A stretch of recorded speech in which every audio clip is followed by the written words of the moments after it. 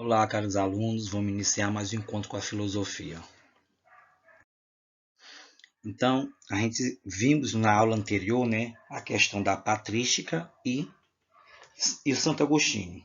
Vimos, dentro desse contexto, vimos a revelação divina, ou seja, a defesa da revelação divina, o surgimento da corrente patrística.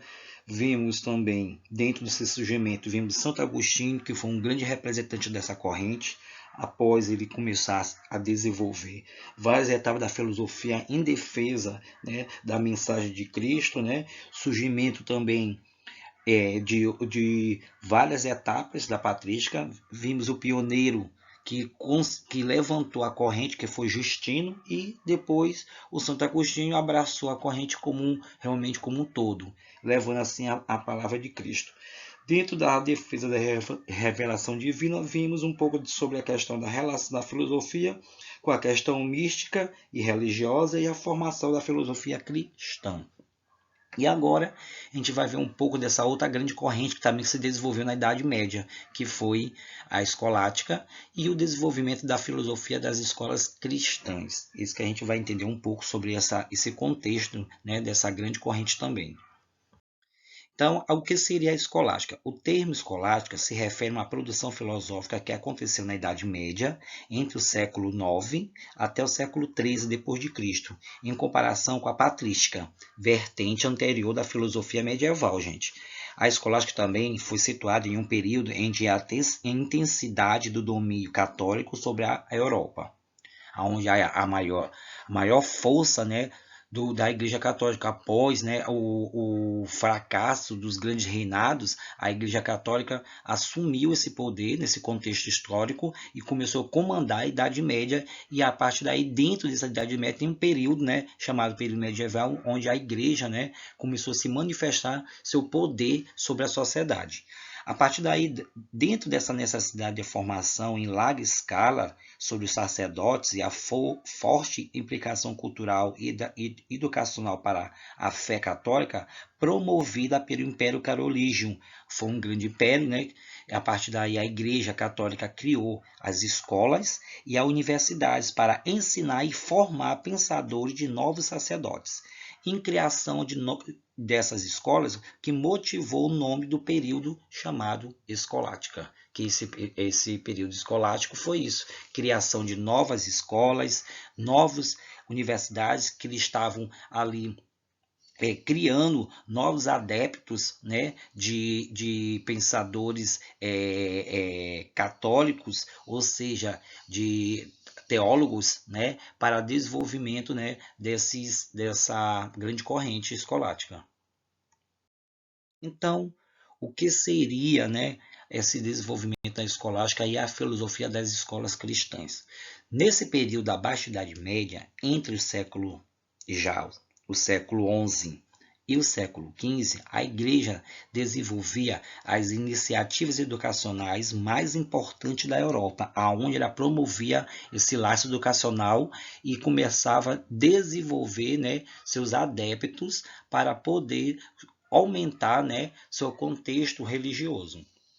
As primeiras escolas cristãs foram organizadas, no interior das igrejas e de catedrais, aonde as escolas tinham o objetivo de formar o quê? Aspirantes, novos adeptos à vida religiosa. O ensino era constituído por diversos conteúdos, gente, tá?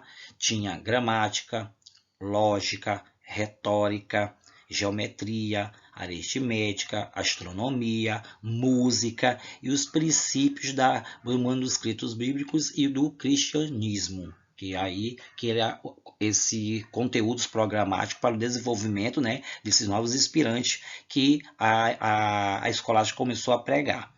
O ensino das escolas contribuiu para o quê? Para a continuidade das reflexões filosóficas despertada pela patrística, gente. Vocês se lembram que a patrística pegou essa filosofia romana, grega romana, e transformou numa filosofia cristã, que é aí que surgiu essa grande corrente patrística, que a partir daí que a fé, né, em Deus começou a ter o surgimento, né, dos adeptos, né, do Messias Jesus Cristo, que é aí que essa grande corrente patrística pregava.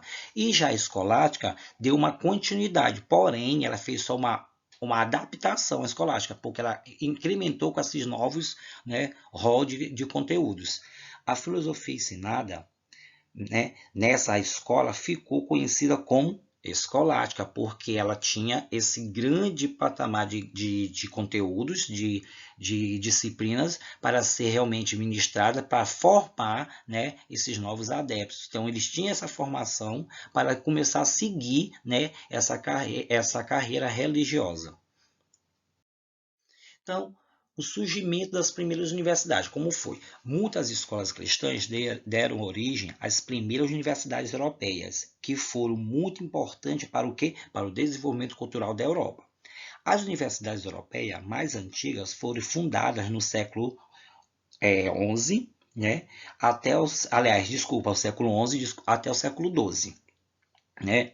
A partir daí, principalmente ao redor das escolas da igreja. Então, era aí que era montada. A Universidade de Bolonha, na Itália, 1088, a Universidade de Oxford, e na Inglaterra, de 1096, a Universidade de Paris, na França, de 1170. Então, foram aí as mais importantes universidades já criadas naquele momento.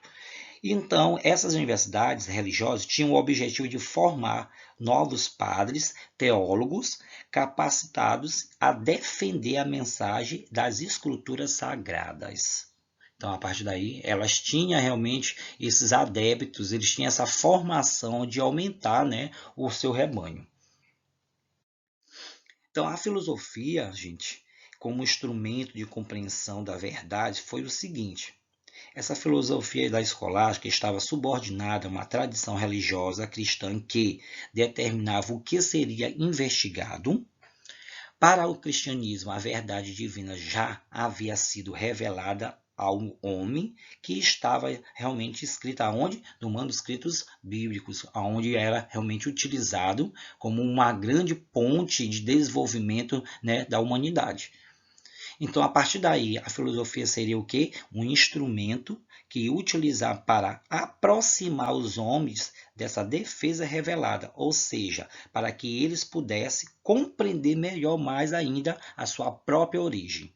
Nesse contexto, a escolástica deu uma continuidade à filosofia cristã já iniciada lá pela patrística, gente. Já tinha iniciado essa filosofia cristã pela patrística. E ela elaborou o quê? Diferentes argumentos na defesa da fé, que é isso que a escolástica fez, gerando grandes polêmicas e debates.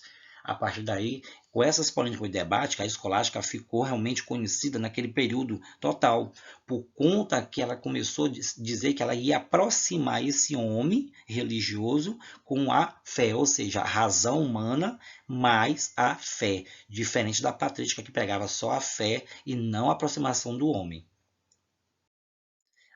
Essas polêmicas da escolástica foram o seguinte: as principais polêmicas da escolástica. Primeiro, polêmica 1. Qual o caminho que nós devemos seguir para compreender e justificar as crenças de fé, da fé? Envolvidos dialéticos e antidialéticos, gente. Olha bem, envolvidos dialéticos e antidialéticos. O que seria isso? O que cada um defendia? Os dialéticos afirmavam que devemos seguir o caminho da razão e da argumentação lógica. Dialético. E os antidialéticos defendiam que a fé era suficiente e não precisamos de argumentos lógicos para defender a doutrina cristã. Polêmica 2. Os conceitos universais existentes ou são apenas nomes para representar as coisas. Aí nesses envolvidos tem os realistas e o nominalistas. Então, vamos lá o que cada um defende. Os realistas afirmavam que o conceito geral existente, independente das coisas particulares, aqueles que são visíveis, se as coisas particulares visíveis morressem, os conceitos gerais continuariam realmente existindo. Beleza, isso são os realistas.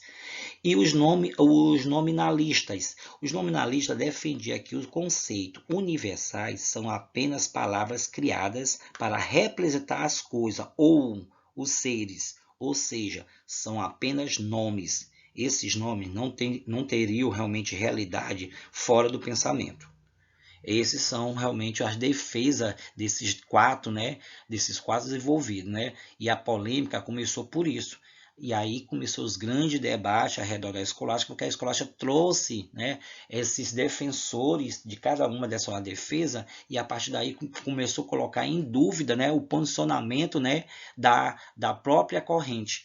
Ou seja, eles queriam compreender, mas eles afirmavam que a aproximação da razão, que seria o homem, podia somar com a fé. Por quê? Porque se o homem que eles estão ali desenvolvendo como adeptos religiosos, que eles que vão levar a mensagem das escrituras sagradas, por que essa razão não pode ser utilizada com a fé? Ou seja, tem um somatório, que é isso que a escolástica defendia. Então, tudo isso foi o que a escolástica deixou, gente. Essa grande corrente na Idade Média foi uma corrente que aproximou cada vez mais um homem com o seu objetivo realmente da fé. E isso que ela queria realmente promover. Ela promoveu esse desenvolvimento ao longo do seu percurso, levando o homem, né, adiante, que esse homem, após ser purificado, ser adaptado, ele ia dar continuidade à fé religiosa. Ele que ia propagar, né, essa fé religiosa das escrituras sagradas. E a partir daí a escolástica ficou conhecida por conta dessa aproximação entre a razão e a fé. E na próxima aula a gente vai ver o grande defensor dessa grande corrente escolástica. Tá bom, gente? Fique com Deus. Até a próxima. Fica com essa grande palavra em Libra, o início.